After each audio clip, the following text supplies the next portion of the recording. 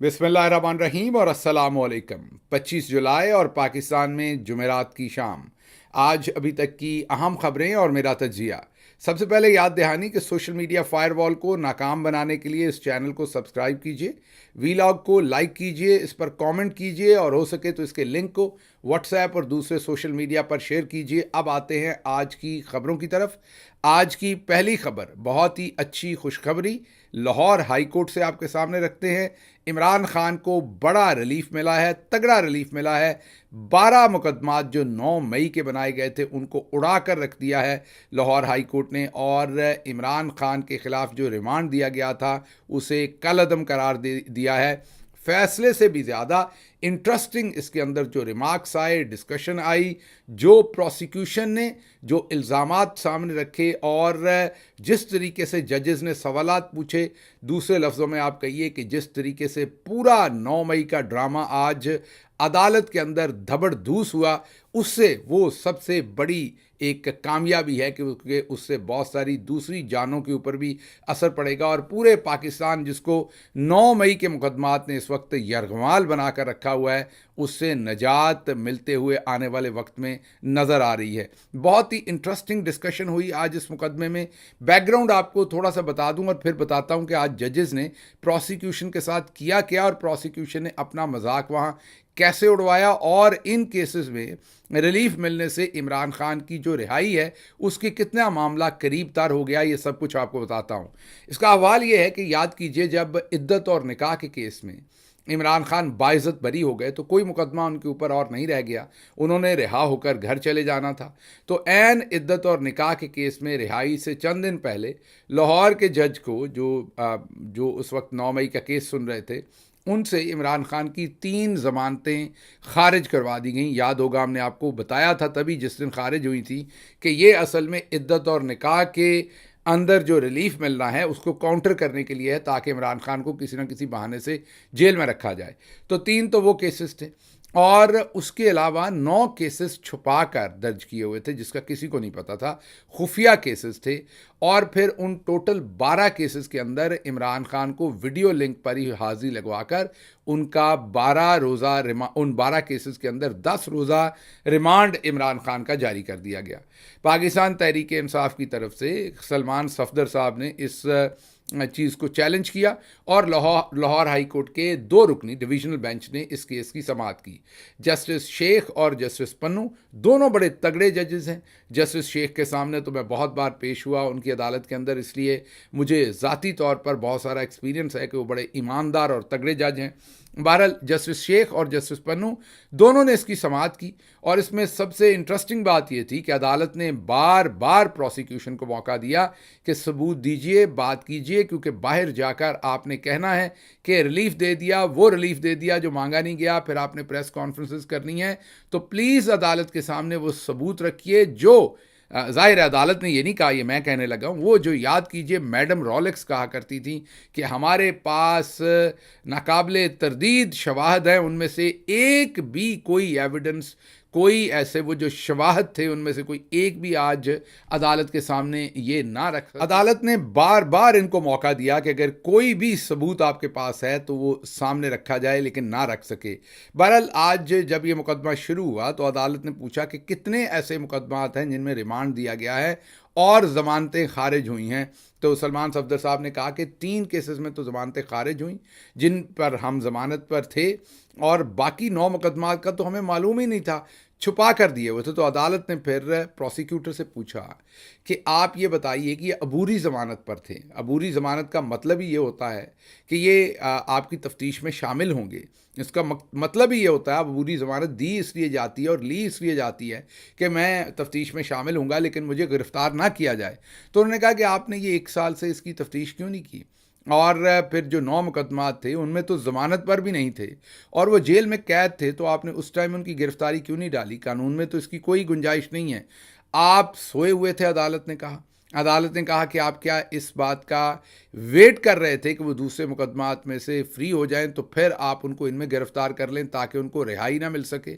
ऐसे लग रहा है जैसे पूरी ज़िंदगी इमरान खान ऐसे मुकदमात को फेस करते रहेंगे, ऐसा ताना बाना बना के रखा गया है। बहरहाल फिर अदालत आई शवाहद की तरफ, जी हाँ, उन्हीं शवाहद की तरफ जो मैडम रॉलेक्स, मशहूर ज़माना हमारी मैडम रॉलेक्स हमें बताया करती थी कि नाकाबिले तरदीद शवाहद हमारे सामने मौजूद हैं। अदालत ने पूछा कि हाँ जी, लाइए वो सबूत जिसकी बिना पर आप समझते हैं कि इनका रिमांड दिया जाए, इनको इन मुकदमात के अंदर मुलव्वस किया 9 मई के। तो उन्होंने कहा जी, उन्होंने एक तकरीर की थी, बहुत ख़तरनाक तकरीर की थी। तो जस्टिस तारिक सलीम शेख, मैं दोबारा बता रहा हूँ कि बड़े तगड़े जज हैं, उन्होंने कहा पढ़िए ज़रा, आप पढ़ के सुनाइए कि वो क्या तकरीर की थी उन्होंने, जिसकी वजह से इनको आपने ये फसाद करवाने, अटैक करवाने, आग लगाने, तोड़ फोड़, हमले करवाने के जुर्म में इमरान खान को आपने मुलव्वस किया है। तो प्रोसिक्यूटर तकरीर पढ़ नहीं रहे थे। अदालत ने कहा हम नहीं पढ़ेंगे, आप पढ़ेंगे, हम सुनना चाहते हैं, आपको मौका देना चाहते हैं, क्योंकि आपने बाहर जाके कहना है कि हमें सुना नहीं गया, मौका नहीं दिया गया, तो बताइए।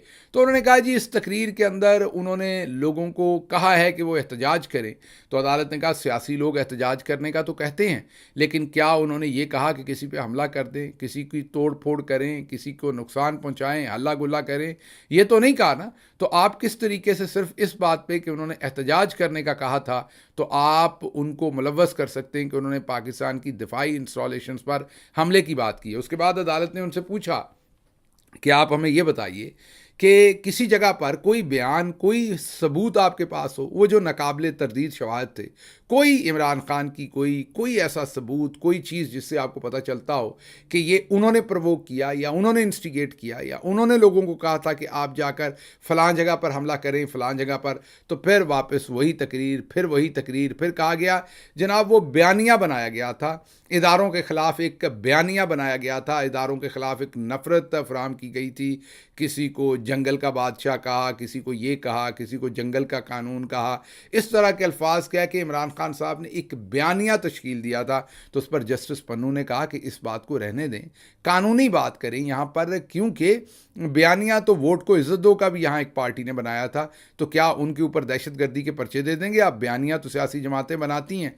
आगे चलिए, ये बताइए कि कानून के ख़िलाफ़ इमरान खान ने कहाँ कहा आग लगा दो, फसाद कर दो, इमरान खान ने कहाँ ऐसी दावत दी या ख़ुद किसी ऐसे इज्तिमा को लीड किया और हमला करवाया, फिर ही जुर्म बन सकता है। और आप सबूत लेकर आएँ, जो आप कह रहे हैं कि आपके पास सबूत हैं। याद कीजिए कि इससे 2 दिन पहले तमाम लफाफे आपको डरा रहे थे और बहुत सारे आपने तज्जिए भी देखे होंगे, ट्वीट्स भी देखे होंगे, तमाम शवाहिद मिल गए हैं, अब सख्ती ही सख्ती है। लेकिन ये आपको डराने का तरीका होता है। अदालत के अंदर आज कोई शवाहिद ना दे सके और उसके बाद फिर अदालत को मजबूरन, मैं ये कहूँगा, अदालत को, जस्टिस तारिक सलीम शेख और जस्टिस पन्नू को मजबूरन ये फ़ैसला करना पड़ा फिर कि जनाब वाला आपके पास कोई सबूत नहीं है और बग़ैर सबूत के एक शख्स को दहशत गर्दी जैसे मुकदमात के अंदर मुलव्वस कर देना, ये किसी सूरत मुमकिन नहीं है। फिर दूसरी चीज़ जो अदालत ने तय की, वो ये तय की कि आपने उनका वीडियो लिंक के ऊपर ही रिमांड दे दिया। अदालत ने कहा कि ये पहली दफ़ा हो रहा है, इमरान खान को छोड़ दीजिए, एक साइड पर रखिए। अगर इस फैसले को हम आगे जाने दें तो इसकी जो रेमिफिकेशंस हैं पाकिस्तान की अदालती सिस्टम के ऊपर, वो सोचिए क्या होंगे। उन्होंने कहा कि फिज़िकल रिमांड तभी दिया जा सकता है जब जज के सामने फिज़िकल कंडीशन के अंदर वो मुल्ज़िम जो है वो सामने हाजिर हो, पेश हो, सही सलामत हो, फिर ही उसका फ़िज़िकल रिमांड दिया जा सकता है। आप किस तरीके से फ़िज़िकल रिमांड दे रहे हैं, क्योंकि आपको तो नहीं पता कि वीडियो के ऊपर, वीडियो के पीछे कौन खड़ा है गन लेके। अदालत ने ये नहीं कहा कि गन लेके खड़ा है कि नहीं, लेकिन उन्होंने कहा कि वीडियो के पीछे कौन खड़ा है। मतलब कहने का कि गन पॉइंट के ऊपर भी तो वो हो सकता है ना। और जिस मुल्ज़िम से आप पूछ रहे हैं कि आपकी सेहत ठीक है, सब कुछ ठीक है, आपको क्या पता कि वो अंडर प्रेशर ही आपको जवाब दे रहे हैं या नहीं। तो अदालत में लाए बगैर आप कैसे रिमांड दे सकते हैं। तो ऑनलाइन जो पेशियों के ऊपर रिमांड देने का नोटिफिकेशन था, वो भी आज अदालत ने कलअदम करार दे दिया। या इमरान खान साहब के अलावा हटकर पाकिस्तान की अदालतों के लिए, पाकिस्तान के अंदर जो आने वाले टाइम में लोगों पर जुल्म होना था, उसके लिए एक बहुत ही बेहतरीन फ़ैसला है जस्टिस शेख का और जस्टिस पन्नू का। बहरहाल आज इस ओवरऑल मुकदमे की अगर मैं सम अप करूं तो वो ये है कि आज वो जो एक बयानिया बनाया जा रहा था ना, 9 मई 9 मई 9 मई ये कर दिया, 9 मई के नाकाबिले तरदीद शवाहद हैं, रियासत छोड़ेगी नहीं, इन मुल्ज़मान को सज़ा देनी होगी। DGISPR भी 2 दिन पहले कह रहे थे सज़ा ना दी गई तो पाकिस्तान आगे नहीं बढ़ सकता। तो अब आज आप सबूत देते ना अदालत के अंदर, अदालत बार बार आपको मांगती रही कि बताइए 9 मई के कहाँ सबूत हैं। एक सबूत अदालत के अंदर आज ना दिया गया, सवाए अपनी हजीमत करवाने के। जो प्रोसिक्यूटर फराज साहब बल्कि कल परसों ही कह रहे थे मेरे पास बहुत बड़ा, कल ही कह रहे थे वो, मेरे पास बहुत बड़ा सरप्राइज़ है इमरान खान के लिए जो मैं अदालत में दूंगा। आज वो सरप्राइज़ नहीं दे सके।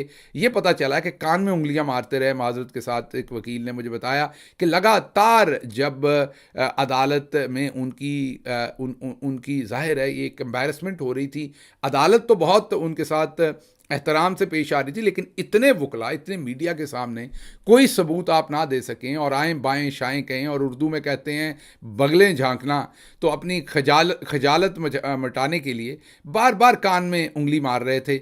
और शुक्र है अदालत ने उससे मना नहीं कर दिया, वरना बाहर आके इन्होंने कहना था देखें जी हमें तो कान में उंगली भी नहीं मारने देते, हम तो अपनी मर्ज़ी से ये भी नहीं कर सकते। तो बहरहाल आज ज़बरदस्त हुआ है 9 मई का पूरा बयानिया, अदालत के अंदर कोई चीज़ नहीं दी जा सकी। अब 2 ही बातें हैं। अगली खबर इसी से लिंक्ड है जो मैं आपको देने लगा हूं।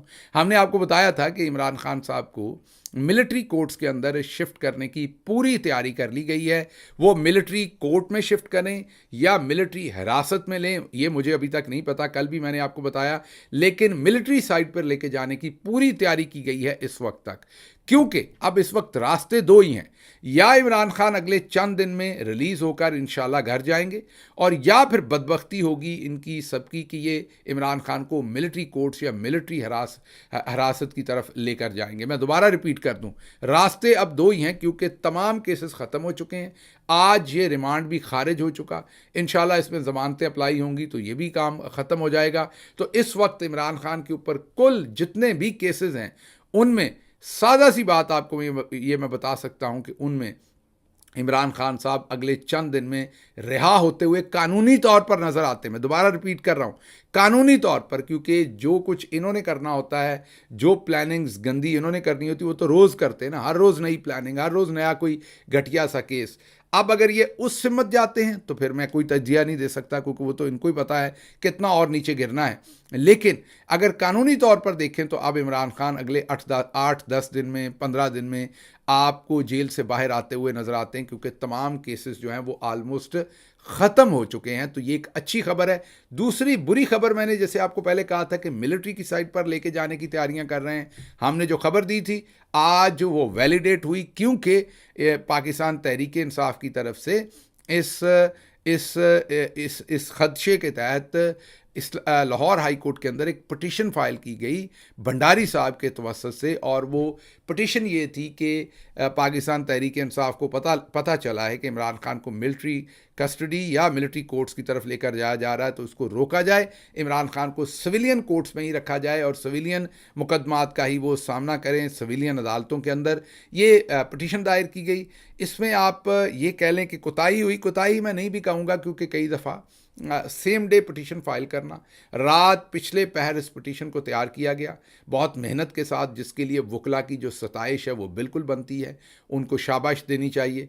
और सुबह सुबह इसे फ़ाइल किया गया। फाइलिंग एक बड़ा ही मैं ये कहूँगा कि थका देने वाला प्रोसेस होता है। बहुत सारी डॉक्यूमेंटेशन है, अभी भी पाकिस्तान पुराने ज़माने में चल रहा है। ऐसे ही लामहदूद डॉक्यूमेंट्स लिए जाते हैं, ऐसे डॉक्यूमेंट्स लिए जाते हैं जिनका कोई सर पैर नहीं है। ज़ाहिर है अदालती लकूनास तो होते हैं उसमें, लेकिन बहरहाल उसको सिंप्लीफाई करना चाहिए अदालतों को।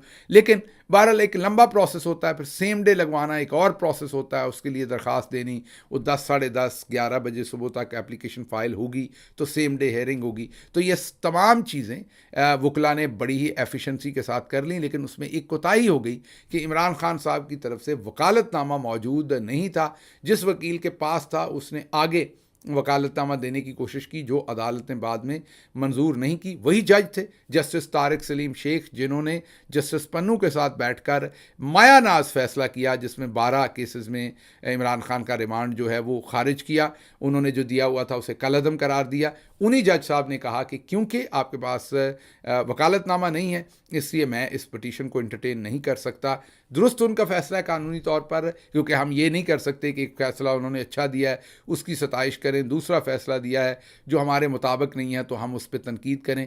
हमारी बेहतर तैयारी होनी चाहिए थी, लेकिन क्रिटिसिज्म इसलिए नहीं है कि मुझे अंदाज़ा है कि कितने शॉर्ट टाइम के अंदर वकला ने बेहतरीन परफॉर्म करके ये पटिशन फ़ाइल की है। अभी मैं यही एक्सपेक्ट करूँगा कि रातों रात उनके पास वकालतनामा इस्लामाबाद में वकला के पास मौजूद है, वो पहुँचा दिया जाए। और मैंने ख़ुद भी अभी बात की है एक दो लोगों के साथ कि ये वकालतनामा पुलन किया जाए इस्लामाबाद से, और फिर दोबारा कल सुबह ये पटिशन जो है वो लाहौर हाई कोर्ट के अंदर फ़ाइल की जाए, सेम डे सुनवाई जाए, क्योंकि time is very critical. Definitely मेरे पास जो अंदर की न्यूज़ है वो यही है कि इस टाइम तक प्लानिंग है, बाद में बदल ले तो हम कह नहीं सकते, इस वक्त तक प्लानिंग ज़रूर है। अच्छा जी, जस्टिस तारिक सलीम शेख साहब की अदालत में एक और केस था जो मगवी मुदस्सर, जो मियाँ मुदस्सर जिनको अगवा किया हुआ है हमारे सोशल मीडिया के, उनके बारे में कि 24 घंटे में उनको पेश करें। देखते हैं आगे क्या होता है इस सिलसिले में। अच्छी खबर अगली ये है कि नाकाबिले शवाहद जो नाकाबिले तरदीद शवाहद थे जो मैडम रोलेक्स के, उन्होंने कोई शवाहद नहीं दिए और शाह महमूद कुरैशी और 14 और लोग जो हैं वो 9 मई के मुकदमात में बाइज्जत बरी हो गए। जी हाँ, जज ने बार बार लिखा कि 109 तब लगती है अगर आप कोई शवाहद दें और बताएं कि कहाँ ये मुलव्वस हैं।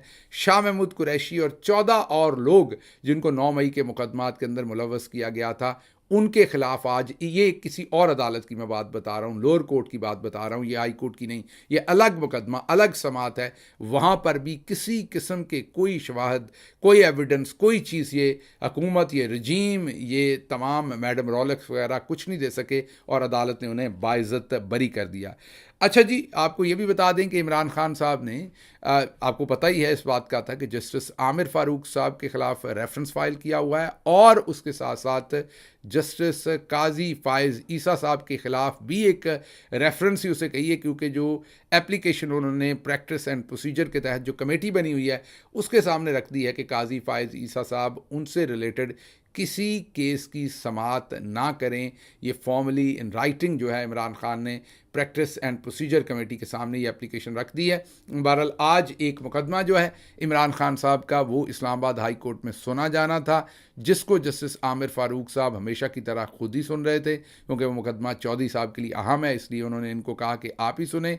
आज इमरान खान के वकला ने वहाँ पर खड़े होकर, दोनों अच्छे वकला, इंतज़ार पंजोता और खालिद चौधरी खालिद, दोनों ने खड़े होकर दबंग अंदाज में कहा कि जनाब ये आप ना सुने, क्योंकि आपके ख़िलाफ़ तो इमरान खान रेफरेंस डाल चुके हैं जुडिशल काउंसिल के अंदर। लेकिन जस्टिस आमिर फ़ारूक साहब ने उसे बालाए ताक रखते हुए कहा कि नहीं, मैं इसे सुनूंगा, और अगले हफ्ते की दोबारा तारीख दे दी। ये नहीं पता कि क्यों सुनेंगे, आपको इतनी क्या मजबूरी है कि आप इमरान खान के केसेस ज़रूर सुनेंगे, ये हमारे भी इल्म में नहीं है।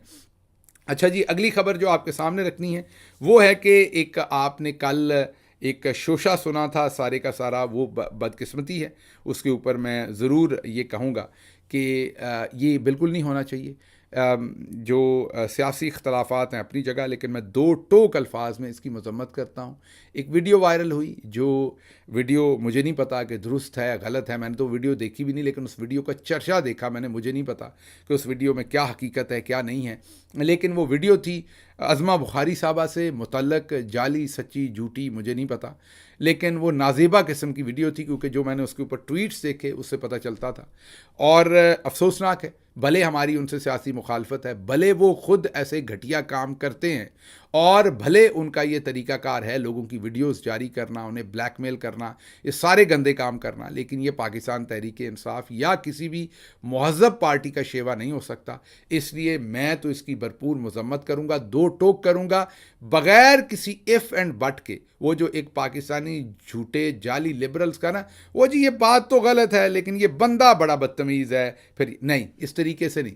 अज़मा बुखारी तमीज़ वाली हैं या बदतमीज़ हैं, ये अलग बात है। उनके खिलाफ ख़िलाफ़ ऐसी कोई भी झूठी सच्ची वीडियो सर्कुलेट करना, ये बग़ैर किसी इफ़ एंड बट के मैं इसकी बिल्कुल मज़म्मत करता हूँ और फुल स्टॉप लगा के इस कन्वर्सेशन को यहाँ ख़त्म करके, मज़म्मत करके, बग़ैर इफ़ एंड बट के मज़म्मत करके मैं यहाँ इसको रोकता हूँ। अब अगली बात करता हूँ, ये इफ़ एंड बट के साथ ना पढ़ा जाए, ये अगली बात है, डिफरेंट बात है कि जिन लोगों ने इसी तरह से की बकवास, याद कीजिए बुशरा बीबी के बारे में अदालतों के अंदर की और ज़ना के झूठे केसेस लगाए, उनकी भी मज़म्मत इसी तरीके से करनी बनती है सब की तरफ से।